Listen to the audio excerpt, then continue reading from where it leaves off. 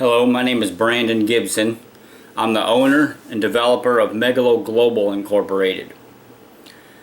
I am making this video out of response to several incidences that have happened over at NAMI Southwest Missouri, which is managed by a lady by the name of Steffanie Applebee.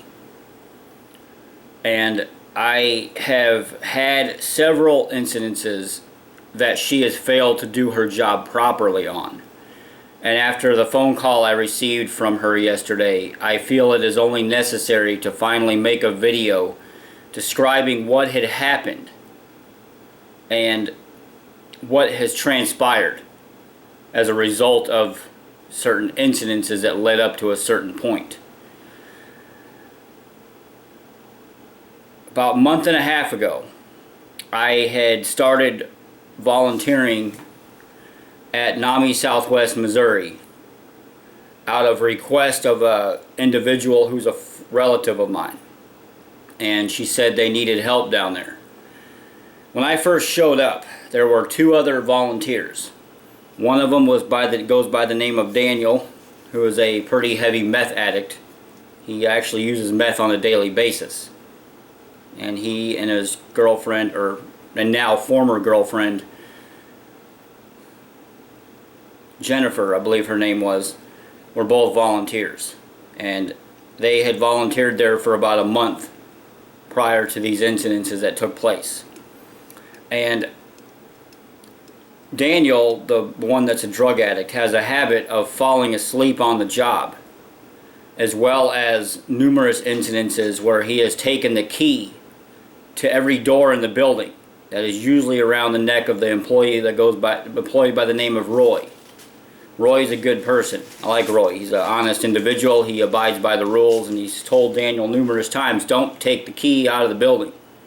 These keys can open up pretty much every office door in the whole building. It can go upstairs, unlock the storage closet, take donations out of the storage closet, take in the back where the back door is. It can unlock any internal door outside of Jess and Stephanie's office. It is one key that is unrestricted access to every other door in the building. Daniel has ran off with it multiple times, got on his bike, went off, and came back, appeared to be high on drugs. I have advocated to Steffanie, you can't have drug addicts volunteering here because it gives NAMI a bad image. She blew it off immediately. Told me to mind my business, and that was the end of that. Now I run a business, so Megalo Global is the name of my company. We have a Facebook competitor, a YouTube platform, a shopping network, and a news network, as well as about 30 other platforms going online right now. We have a data center that's currently being built in Germany for us by a company named Hetzner, and they're now an equity holder in my company. So I just want to give you guys an idea of what Megalo Global is about and how far along my company has come, so you can get an idea of what level of expertise I have in certain areas. Okay, I'm an IT professional, and at one point I had applied for your marketing job and was talking to Jessica, the day center manager, about possibly taking over your guys' IT operations, because she found it very aggravating that she would call IT to fix something that is a necessity, and they wouldn't show up for a month or even reply for a month. So several things went unattended for an entire month before they even got around to fixing it. And that includes the client computers, which I actually fixed one of them. It's running a hell of a lot better now. I did that out of request for Roy. Roy said, "Can you fix it for me?" I checked it with Jessica. Jessica said it was fine. I fixed it. It's running a lot better. Windows 7 is not usable anymore. Those old computers are not very old. They're just running old software. That was the only problem. And they were donated along with every other thing that NAMI has, which I respect. I've been at NAMI since I was a good 5 years old. When they first started out, I was just a little kid. I'm 37 now. I was born in '85, so that gives kind of an idea of how far along I've been with these people. Obviously, I haven't been to the Southwest Missouri location in quite a long time, because I moved back to Missouri after being in Hartford, Connecticut for 10 years. But that being said, I want to get to a few other key issues with NAMI. Okay? Daniel, high on drugs, and you can always tell when these people come into the day center high on drugs, because they do not act like normal people. They talk to themselves, they fly off the handle and throw things and start screaming. Daniel passed out in one of his naps that he snores so loud, and we kept telling people you can't sleep in the day center, but Daniel didn't listen. And I was trying to do something on a computer, my laptop. And I told Daniel, do not unplug the laptop. It is upgrading some software right now for a website. Please don't unplug it, because I don't want the battery to die. And then all of a sudden that update gets canceled and I have to start 4 hours worth of work over again. Daniel woke up out of his nap, unplugged my laptop like I told him not to, plugged his phone in instead. So I tried to wake him up. He didn't wake up. He was passed out, snoring so loud that everybody in the building couldn't hear the TV. And I was working the front desk because Roy was off that day and they were short-handed. And my sister Ivy said, hey, can you go grab me a soda from the gas station? So I went and grabbed her a soda from the gas station. While I was gone, Daniel woke up out of a dead sleep nap and flipped out.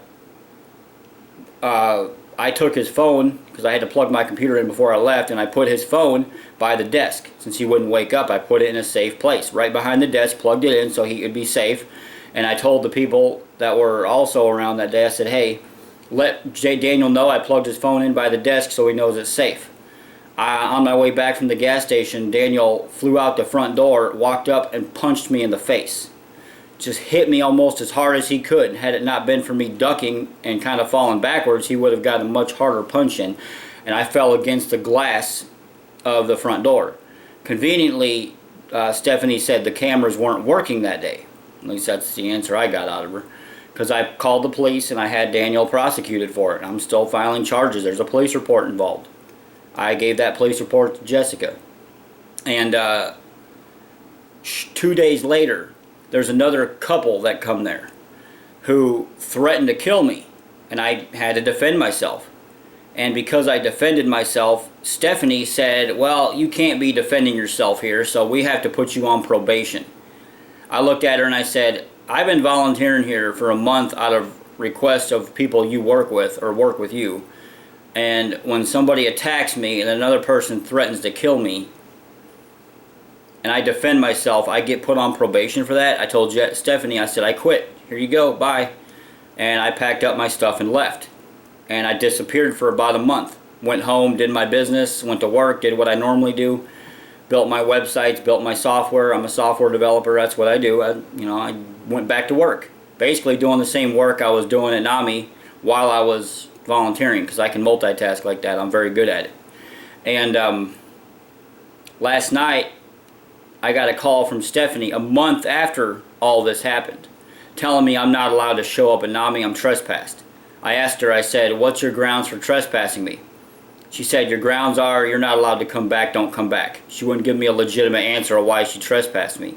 The only logical thing I can think of is because I called her out on the fact that she punished me for being assaulted and punished me for defending myself on the NAMI property, one against a volunteer that's on drugs who happened to have assaulted me, and a couple of clients who probably on drugs too, because they act like it. 90% of the people that come there are on drugs. And they threatened to kill me, threatened to stab me with a knife. He showed me the blade, and I told her, I said, you can't do this. People can't be threatening people around here. And when I called Steffanie out on it, on her job of telling me I'm not allowed to defend myself and I'm on probationary period for doing so, to me that felt like I was being punished for something I just simply defended myself against some people who rather resort to violence. Me, I'm a pacifist. I don't resort to violence. I don't think violence solves anything. And I went ahead and wrote an article about all this. And this video is going to be emailed to NAMI's emails. There's 3 of them on there. And I'm going to give you guys a month to handle this with Steffanie. Jessica, on the other hand, she's been nothing but good to me. She went out of her way to help me. She's a very good person. She has not done one thing to violate. In fact, I've heard her on numerous occasions telling Steffanie that she's doing things wrong. But because Steffanie's the director You respect her or you're out. She demands respect for things that don't make sense. She demanded respect for me for being punished for self-defense. If that's what she wants to do, fine, but I'm not going to respect her if she's going to punish me for being hit. Hypothetical. I walk up to you, I punch you. Cops take you to jail instead of me. That's a good analogy of what took place here.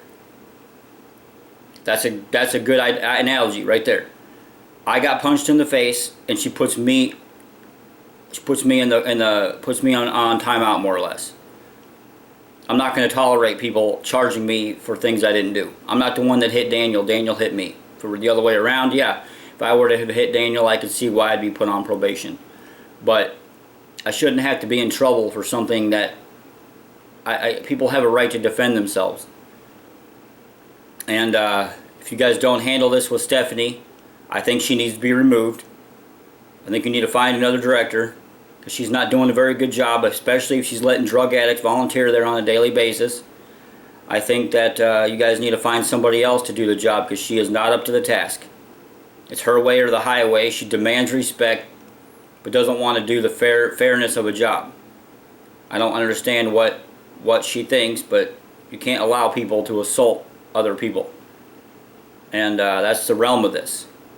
And I think the reason that she told me I'm not allowed to come back is because she has a personal vendetta against me for calling her out.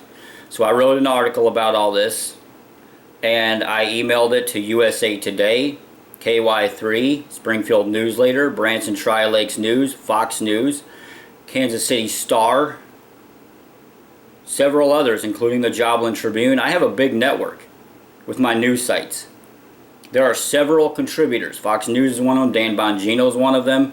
There's a lot of people that contribute news to my sites. And through that network, I've gained a lot of contacts. I have over 1,000 contacts to media, legislation, you name it. And I send those people regular updates, and they're all users on our social network, which is a competitor to Facebook.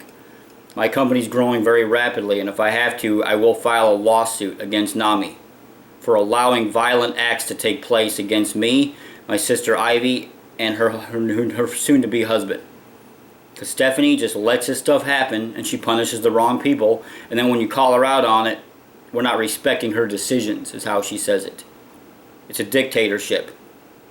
Not a very big one, but it's definitely a dictatorship. That's what it feels like. She's going to let violent people run around doing what they do and let drug addicts volunteer there. By all means, go for it. But as of today, I have no reason to ever step foot back in there. But if you guys don't handle this, I will. I've already filed paperwork for a lawsuit. I just haven't taken it down to the courthouse yet. I have lawyers through Legal Shield. I pay $48 a month for unlimited prepaid legal, and they can handle something like this. They're handling our lawsuit against Facebook and Google. So the way I see it, and I talked it over with my business partners, they feel that me being involved with NAMI is bad for business. So I'm going to step out, and I'm not going to go back. But you guys need to seriously look at what she is doing. Anyway, if you guys want to get a hold of me, you know how. Contact NAMI Southwest. Guys, for Jess. She'll give you my phone number. I'm sure she will. I've already talked to her in an email and told her that I don't hold any grudge against her. My issues with Steffanie, not her. I think Jessica would make a much better director for that place. Hell, I could do a better job than Steffanie is. I've ran bigger companies than that. So, guys, have a good day. And this is going up on YouTube, by the way.